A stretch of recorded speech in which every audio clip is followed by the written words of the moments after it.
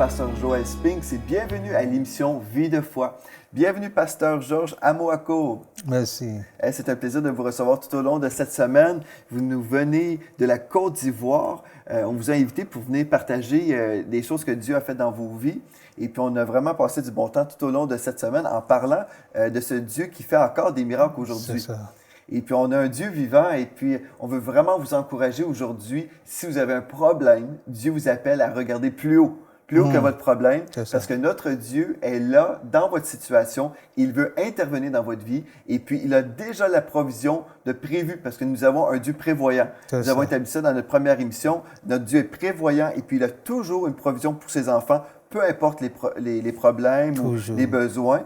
Et puis, dans notre dernière émission, Pasteur Georges, vous nous avez parlé justement que vous aviez un problème juste au niveau de votre église locale où les gens venaient au tout début dans votre maison, mais vous avez exercé votre foi dans une parole que Dieu vous a donnée, une parole Réma, et Dieu a fait un miracle. Donc, j'aimerais ça vous donner l'opportunité de revoir un petit peu, nous réexpliquer un peu comment Dieu a travaillé, parce qu'il y a plein de détails que vous pouvez partager à ce niveau-là. Merci beaucoup, Joël. On avait 6 semaines d'existence et Dieu nous a montré ce grand bâtiment, ce domaine même. Dieu vous l'avait montré en vision ou Non, pas en vision, on a vu physiquement. Oui, parce qu'on cherchait. Oui, On cherchait, on a vu physiquement. Et quand nous sommes rentrés, je me suis dit que ça, c'est ça. Et nous avons baptisé le coin Maison de la Destinée. Ah, wow. Maintenant, il fallait acheter. On n'avait pas d'argent. Le réma que Dieu nous a donné, c'est une parole inspirée. Voici. Dieu nous a dit, il ne donne pas une vision selon nos moyens, mais il donne des moyens selon notre vision. Il ne donne pas une vision en fonction de notre moyen, mais il donne des moyens en fonction de notre vision. Ça nous a permis de croire en Dieu, d'élargir notre foi. Et toute l'Église était unie dans la foi. Et on a fait une offrande incroyable. Wow. Et j'ai même invité un homme de Dieu pour venir prêcher, susciter des fonds. Quand l'homme de Dieu est venu, quand il a vu une petite salle, parce que c'était à la maison chez moi, il a vu un petit groupe de personnes, il me dit, mais où sont tous les fidèles? Et je lui ai dit, ils sont tous là. Même aujourd'hui, il y a eu beaucoup de monde. Et l'homme de Dieu était... Ça a bouleversé sa foi. Sa foi a diminué. Et au lieu de prêcher la foi, il a commencé à prêcher l'amour, il faut donner, pardon, etc. Et maintenant, il lance l'appel.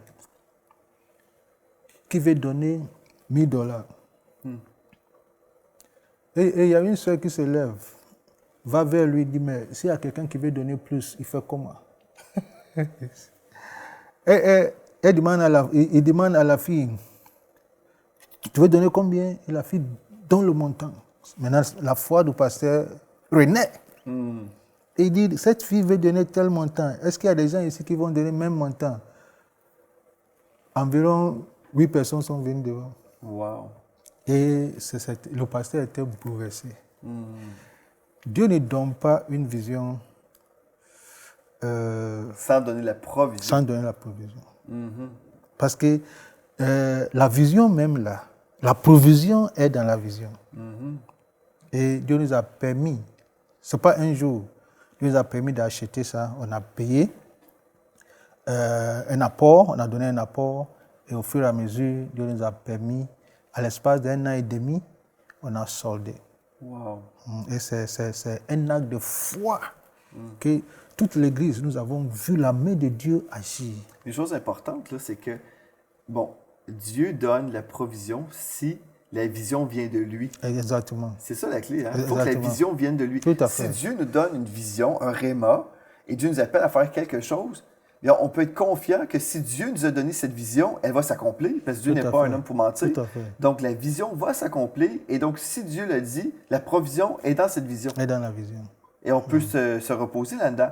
Et se reposer dans la foi, pas dans l'incrédulité, mais dans la foi et dire, Dieu l'a dit, Et Dieu va le faire. Et moi, de mon côté, ce que j'ai besoin de faire, c'est livrer le combat de la foi. C'est ça. Et de répondre quand le Saint-Esprit nous parle. Tout à Parce fait. qu'il y a des gens dans votre Église qui ont sûrement donné d'une façon vraiment généreuse, ils se sont sacrifiés sûrement, C'est ça. et puis ils ont cru dans cette vision que Dieu a donnée. C'est ça. Et il y a eu beaucoup de miracles après. Il y a eu beaucoup de miracles après. Sur le plan financier? Sur le plan financier, sur tout le plan. Il y a une sœur dans l'église qui, pendant 8 ans, elle cherchait un enfant. 8 ans. On a tout fait, on a prié, tout ce qu'il faut faire, on a fait. Mais dans cette période-là, l'enfant est venu gratuitement. Wow. De manière miraculeuse. C'est merveilleux. C'est merveilleux. Donc, elle avait semé, et puis Dieu a répondu. C'est intéressant parce qu'il y a des gens, des fois, qui peuvent dire ah, bien là, si vous parlez de semer, et puis là, on vit un miracle, vous êtes en train d'enseigner qu'on achète des choses de Dieu. Mais ça, c'est faux parce que Dieu n'a rien à vendre. Dieu n'est pas un vendeur. Dieu n'a rien à vendre. Mais moi, je crois vraiment, la parole de Dieu nous dit très clairement qu'il y a, dans une semence, il y a toujours une récolte. C'est ça. Et puis, dans ma propre vie, c'est spécial parce que ce que je vois, là, c'est que la semence a vraiment joué une partie très importante dans ma vie et je ne le savais pas. Je me souviens, j'étais couché dans mon lit, ici au Canada, à Bromont.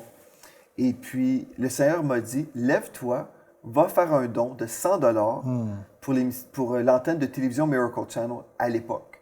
Et c'était peut-être l'an 2003, là. C'est en 2003. Et Dieu me parle dans mon lit. Et je ne savais pas là, qu'ils avaient un téléthon. Je n'étais même pas au courant. J'étais couché et Dieu me dit, va faire un don.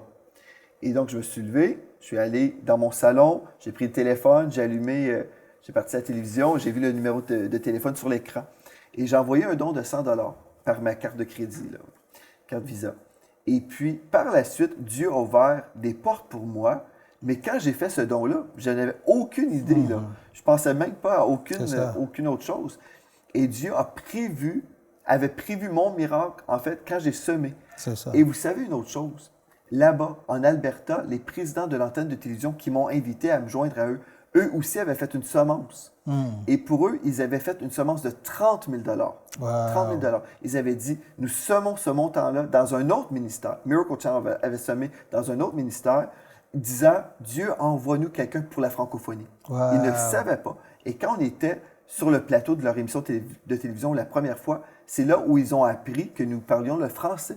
Ils n'avaient pas réalisé, on était du Québec et ils n'avaient pas réalisé en nous recevant à l'émission de télévision qu'on parlait en français. Et puis là, vous savez, cette semence a ouvert une grande porte. Je n'ai rien acheté de la part de Dieu et eux, ils ne m'ont pas acheté.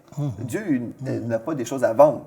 Mais Dieu voit notre cœur, n'est-ce pas? Ça. Dieu voit le cœur de la personne et quand on fait une semence en obéissance à la voix du Saint-Esprit, ou dans votre cas, les gens ont semé dans votre projet de bâtiment parce que vous aviez reçu un réma de Dieu, cette vision de Dieu, bien, le miracle s'est produit. Mais en fait, c'est beaucoup en rapport avec notre obéissance et avoir la vision de Dieu. Parce que vous auriez pu dire, oui, on a besoin d'un bâtiment. Il y a beaucoup de personnes qui parlent du besoin. On a besoin d'un bâtiment. On a besoin de ceci ou cela. Ou je veux avoir des enfants, comme cette sœur-là. Mais si on demeure toujours dans notre besoin et on n'est pas prêt à regarder plus haut et voir, oui, il y a un besoin ici, mais Dieu a une provision. Et il y avait une provision pour vous, une provision pour cette femme, mais c'était, on a vu la récolte après la semence. Tout à fait. Tout à fait. Et Joël, ça nous amène en Genèse 22. Voici Abraham. Oui. Dieu lui a dit d'aller sacrifier son fils. Par l'obéissance. Oui. Abraham se lève et Abraham va à l'endroit où Dieu l'a indiqué. Dieu dit une de ces montagnes. Oui. Et Abraham va là-bas. À quelques distances, Isaac lui pose une question très importante. Papa, chaque fois que tu fais sacrifice, il y a un mouton. Aujourd'hui, où est l'agneau pour le sacrifice? Et voici ce que l'homme de foi va répondre. Dieu se pourvoira lui-même l'agneau. C'est ça. C'est très important. Pour Abraham, la provision est dans la vision. Amen. Dieu se pourvoira lui-même. Peut-être quand Abraham faisait cette déclaration, il ne savait pas exactement comment ça allait se passer. Mais il savait que il va revenir avec son fils. Il a même dit à ses serviteurs, restez ici, Ouais. moi et mon fils, nous partons adorer Dieu et nous revenons vers vous. C'est très important. On parle de Dieu qui opère des miracles. Et on parle du miracle qui vient toujours avant l'obstacle. On parle de la provision qui vient avant le besoin. Il y a un besoin. Le besoin, c'est où est l'agneau? Abraham ne pouvait pas dire à Isaac, mon fils, c'est toi-même qui es l'agneau. Ils sont montés. Et voici Abraham qui va, je crois personnellement, qui va expliquer à Isaac qu'est-ce que Dieu lui a dit, la portée même de son message. Isaac accepte de se coucher, Abraham le lit, Abraham va égorger son fils. Et quelque chose se passe. On entend une voix. Abraham se lève, Abraham laisse. La Bible, Dieu n'a pas dit à Abraham, regarde un bélier. Mais la Bible dit à Abraham, lèva les yeux. Ouais. Et il voit un bélier attaché. Je me pose la question. À quel moment ce bélier était là? Et je reprends. Avant même que Abraham ne monte sur la montagne, Dieu avait déjà attaché le bélier. C'est ça. Le miracle était déjà là. C'est ça. Avant même que Abraham ne soit sur la montagne. Alors nous servons, voici le Dieu que nous servons. Nous ne servons pas un pompier, s'il vous plaît. Nous servons un Dieu qui prévoit. Il prévoit ton miracle. Le miracle était là. Abraham ne savait pas, mais il croyait. Il a confessé. Il a déclaré. C'est ça. L'Éternel se pourvoira lui-même la nuit. C'est ça. Et quand nous sommes dans des moments difficiles, déclare la parole. C'est très important. Abraham a déclaré la parole sans comprendre toute la révélation de Dieu. Il a déclaré la parole. C'est ce que Moïse a fait. Face à la mer Rouge, Oui. où les enfants d'Israël étaient perturbés. On ne t'a pas dit de nous laisser en Égypte. Moïse dit, Exode 14, le verset 13, restez en place. N'ayez pas peur. Regardez la délivrance C'est ça. que l'Éternel vous accordera en ce jour. C'est ça. Regardez la délivrance. Où est la délivrance? On voit la mer, on voit la force puissante, une puissante militaire qui arrive, et tu nous dis de regarder. On regarde quoi? C'est ça. Regarde le salut. Le salut a toujours été là. C'est ça. Le salut, la délivrance, la provision, le miracle a toujours été là. C'est ce que Dieu nous a permis cette semaine de développer. Pour vous convaincre, excellent enfant de Dieu, quel que soit ton problème, que ce soit un problème financier, un problème de santé, que ce soit une lutte spirituelle, la solution est là. Il n'y a aucun besoin dans aucun domaine de ta vie pour lequel Dieu d'amour n'ait pourvu une solution parfaite en Jésus-Christ. Amen. Je veux relire le texte que vous avez cité, Exode 14, verset 13. Il est écrit, « Moïse répondit au peuple, ne craignez rien. » C'est une chose importante. Hein? La crainte, je sais qu'il y a plusieurs personnes des fois qui vont dire, « Ah, j'ai peur de ci, j'ai peur de ça. » Mais il faut vraiment là, supprimer le mot crainte ou j'ai peur de notre vocabulaire parce que la crainte, c'est l'opposé de la foi. C'est ça. Donc, ne craignez rien, restez en place et regardez la délivrance que l'Éternel va vous accorder en ce jour, car les Égyptiens que vous voyez aujourd'hui, vous ne les verrez plus jamais. Mais souvent, les gens vont regarder au problème, comme vous dites, ils vont regarder à la mer devant eux, les Égyptiens en arrière, on regarde partout, on ne se tient pas en place, mais Dieu, sa façon, elle est différente. Ne craignez pas, mais regardez et regardez la délivrance. Et pour nous, aujourd'hui, notre délivrance se retrouve dans le Seigneur Jésus et l'œuvre de la croix. Que là, 2000 ans, Christ nous a rachetés de la malédiction. La malédiction est dans le monde. Il y a la maladie, la guerre, tout ce que vous voulez, la pauvreté. Ces choses-là règnent dans le monde.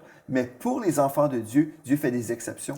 Parce qu'on a le privilège de placer notre foi dans l'œuvre de la croix où Christ nous a rachetés. C'est là où on a été rachetés et Jésus a prouvé qu'il était victorieux parce qu'il est ressuscité d'entre les morts. Il a la victoire sur la mort. Donc aujourd'hui, on n'a pas besoin de vivre sous la malédiction. Parce que Christ nous a affranchis. Nous sommes libres. Si Christ a payé pour que nous soyons affranchis, ce n'est pas pour qu'on soit liés, mais Dieu veut qu'on marche dans la liberté des enfants de Dieu. Et la Bible nous dit aussi, vous connaîtrez la vérité et la vérité vous affranchira. Donc, comme vous avez reçu ce réma, c'était la vérité de Dieu pour votre situation. Et puis, pour chaque enfant de Dieu, je crois qu'on ne doit pas être paresseux et juste dire, OK, bien, j'ai un problème et puis je vais parler à Dieu de mon problème. Mais Dieu veut aussi qu'on soit à la recherche de cette solution dans la prière. Si je prie, j'ai un problème, Dieu ne dit pas, faites semblant que vous n'avez rien. Là. Non, Dieu ne dit pas ça. Il nous dit de parler à la montagne, de un, et on ne dit pas, la montagne n'est pas là, elle n'est pas là. Non, la montagne est là. J'ai un problème, mais mon Dieu est plus grand que le problème. Donc, peu importe le problème. Peut-être que vous êtes là et puis vous n'avez pas eu d'enfant. Peut-être comme cette sœur, après 8 ans, ça peut être décourageant. Après 8 ans, dire « Je veux avoir des enfants, mais je n'arrive pas à avoir des enfants. » Mais placez votre foi dans le Seigneur et regardez la délivrance que l'Éternel va vous accorder. Peut-être c'est au niveau de vos finances. Mais moi, ce qui me bénit aussi, pour vous, bon, vous avez ce problème-là, mais Dieu avait la provision d'un bâtiment, la provision financière pour avoir le bâtiment. Mais des fois, là, pasteur, je sais que des gens ont un besoin. Et des fois, les gens se limitent par leur raisonnement. Des fois, on peut s'imaginer pour avoir un bâtiment, on doit forcément avoir de l'argent. Et des fois, les gens vont dire, bien, parce que je n'ai pas les moyens. Mais si quelqu'un voulait vous offrir le bâtiment ou le terrain, bien, vous pouvez recevoir aussi comme ça. On ne veut pas limiter Dieu. Si on dit, Seigneur, j'ai besoin de telles choses, on peut prier avec foi et réclamer ces choses quand Dieu nous a montré que c'était sa volonté. Ce n'est pas la présomption, c'est la foi à ce moment-là. C'est la foi. Et comme vous avez dit, Abraham, j'aimerais ça aller dans la parole de Dieu aussi dans Romains chapitre 4, parce que vous avez parlé d'Abraham, et puis on voit déjà la réponse à sa foi qui était Isaac, qui était là, mais on sait aussi qu'il a dû être un homme de foi bien avant cette histoire qu'on vient de lire ensemble. Dans Romains 4, il est écrit au verset 17, je t'ai établi père d'un grand nombre de nations. Donc Dieu a parlé à Abraham et puis il a dit, je t'ai établi père d'un grand nombre de nations. Il est notre père devant celui auquel il a cru, Dieu qui donne la vie aux morts et qui appelle les choses qui ne sont point comme si elles étaient. Et là, moi, je trouve ce texte-là vraiment puissant parce que ça nous dit, espérant contre toute espérance, il crut. Abraham crut. Et devint aussi ainsi le père d'un grand nombre de nations, selon ce qui lui avait été dit, telle sera ta postérité. Et là, pasteur, regardez, verset 19, moi, ce que je trouve super merveilleux, il est écrit, et sans faiblir dans la foi. Sans faiblir dans la foi, il ne considéra point que son corps était déjà usé puisqu'il avait près de 100 ans. On pourrait se regarder dans le miroir et dire, Dieu a promis que j'aurais des enfants, mais regarde-moi là. Une personne âgée. Hein, mais c'est ça, mais si on a la vision de Dieu, on ne regardera pas aux circonstances, aux symptômes, on ne regardera pas aux limitations, parce qu'on regarde plus haut. Et là, ça dit, puisqu'il avait près de 100 ans, bon, et il ne considéra point que son corps était déjà usé, dans le sens, il ne considéra point, il ne se limitait pas dans sa foi à cause de ça. Et il était conscient qu'il avait 100 ans. Tout à fait. Plus de 100 ans. Et que Sarah n'était plus en état d'avoir des enfants.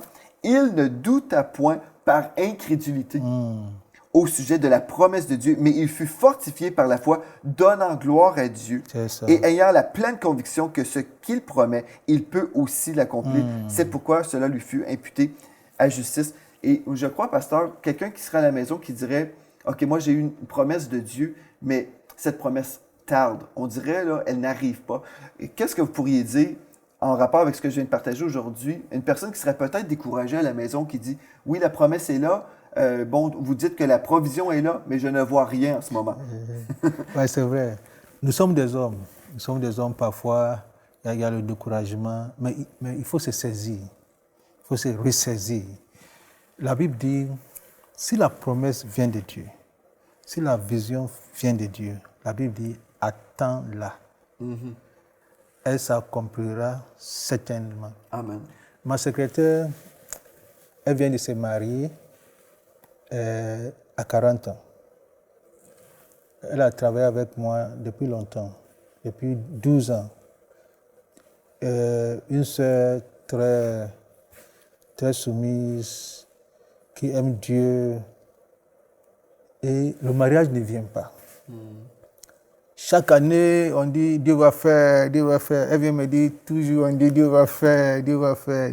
Mais Dieu ne fait pas. Et je lui dis Dieu va faire. Dieu, il tient sa promesse.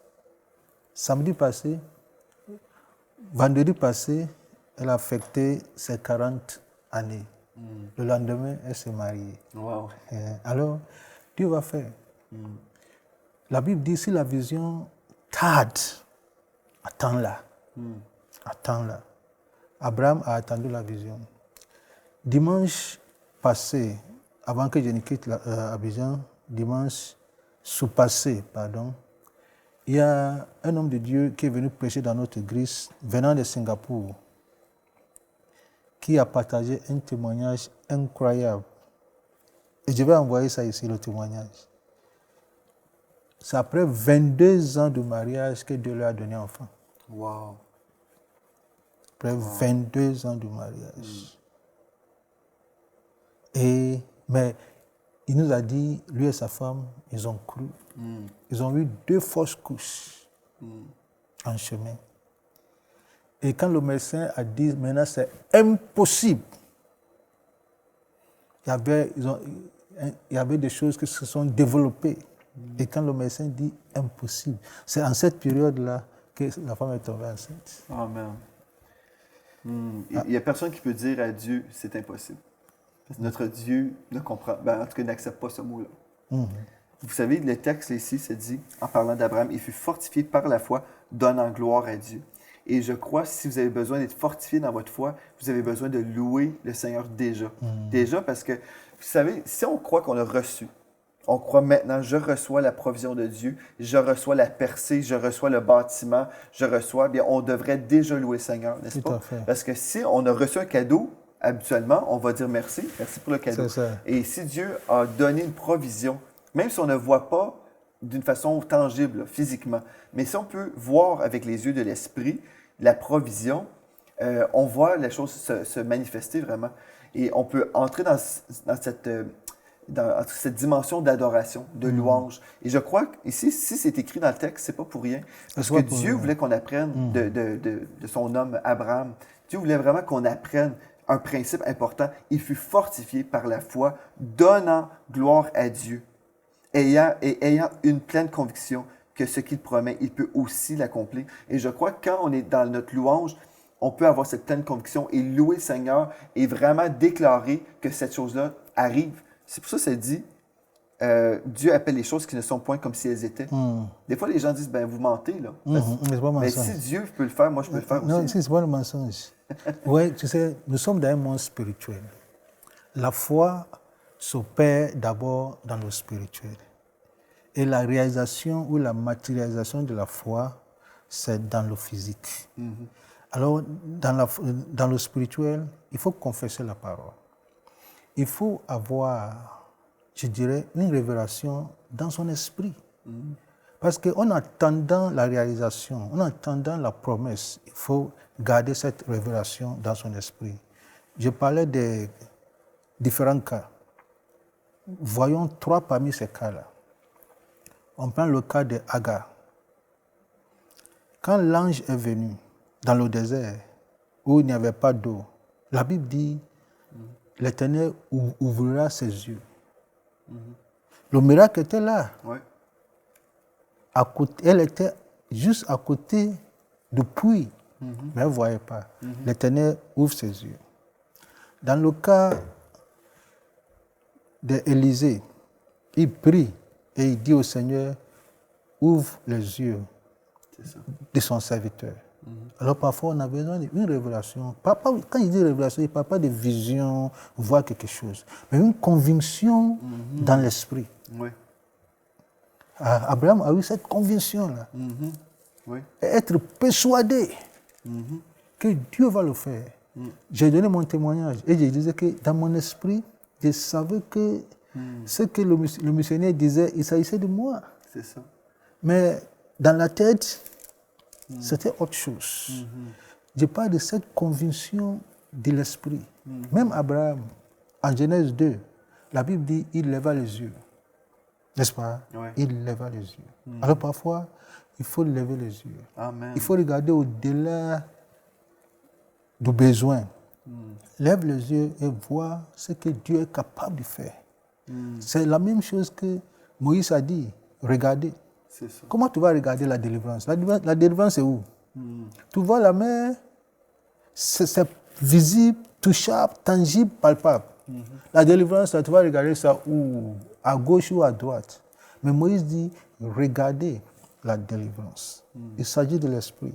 Amen. C'est bon. C'est une conviction. Amen. Vous savez, dans Éphésiens, ici, on retrouve une prière super importante où l'apôtre Paul dit « Je ne cesse de rendre grâce pour vous. Je fais mention de vous dans mes prières afin que le Dieu de notre Seigneur Jésus-Christ, le Père de gloire, vous donne un esprit de sagesse et de révélation dans sa connaissance et qu'il illumine les yeux de votre cœur pour que vous sachiez quelle est l'espérance qui s'attache à son appel, quelle est la richesse de la gloire de son héritage qu'il réserve aux saints. Et on pourrait poursuivre, mais qu'il illumine les yeux de votre cœur, qu'on puisse voir ce que Dieu veut qu'on voit. C'est important. Et vous savez, dans Proverbe 29, verset 18, dans la Bible anglophone, version King James, ça nous donne le mot vision. En français, ça nous dit dans Proverbe 29, 18, quand il n'y a pas de révélation, le peuple est sans frein.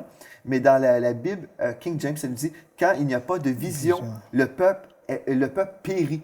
Donc, si on ne peut pas voir la provision, comme le peuple d'Israël, s'ils n'avaient pas regardé pour voir la délivrance de l'Éternel, peut-être ils seraient tous morts. Mais ils ont regardé plus haut. Le peuple se laisse aller dans la Bible du Sommeur ou Parole de vie, ça nous dit le peuple vit dans le désordre. Si on peut recevoir la vision de Dieu, on ne vivra pas dans le désordre parce qu'on sait où on s'en va. On sait où Dieu nous dirige. Et puis si Dieu vous donne une vision, vous aurez également la provision de Dieu. Mais il faut chercher Dieu pour avoir la vision, n'est-ce pas? Si on n'écoute que la télévision et on écoute des films de ce monde, on ne se remplit pas de la parole de Dieu. C'est difficile de recevoir notre percée. Mais si on passe du temps avec le Seigneur, on écoute peut-être la télévision EMCI TV. Ça, c'est bien. Mais on prend du temps avec le Seigneur et on dit, Seigneur, voici mon problème, mais tu es plus grand. Et puis, illumine mes yeux pour voir la provision. Et au nom de Jésus, vous la recevez. Merci d'avoir été là, pasteur. On poursuit demain pour une dernière émission sur le Dieu des miracles. Et merci à vous d'avoir été là aussi. Et d'ici à demain, soyez richement bénis. Amen. Amen. Cette émission est rendue possible grâce au précieux soutien des partenaires d'Enseigne-moi Canal International. Retrouvez tous nos programmes sur emcitv.com.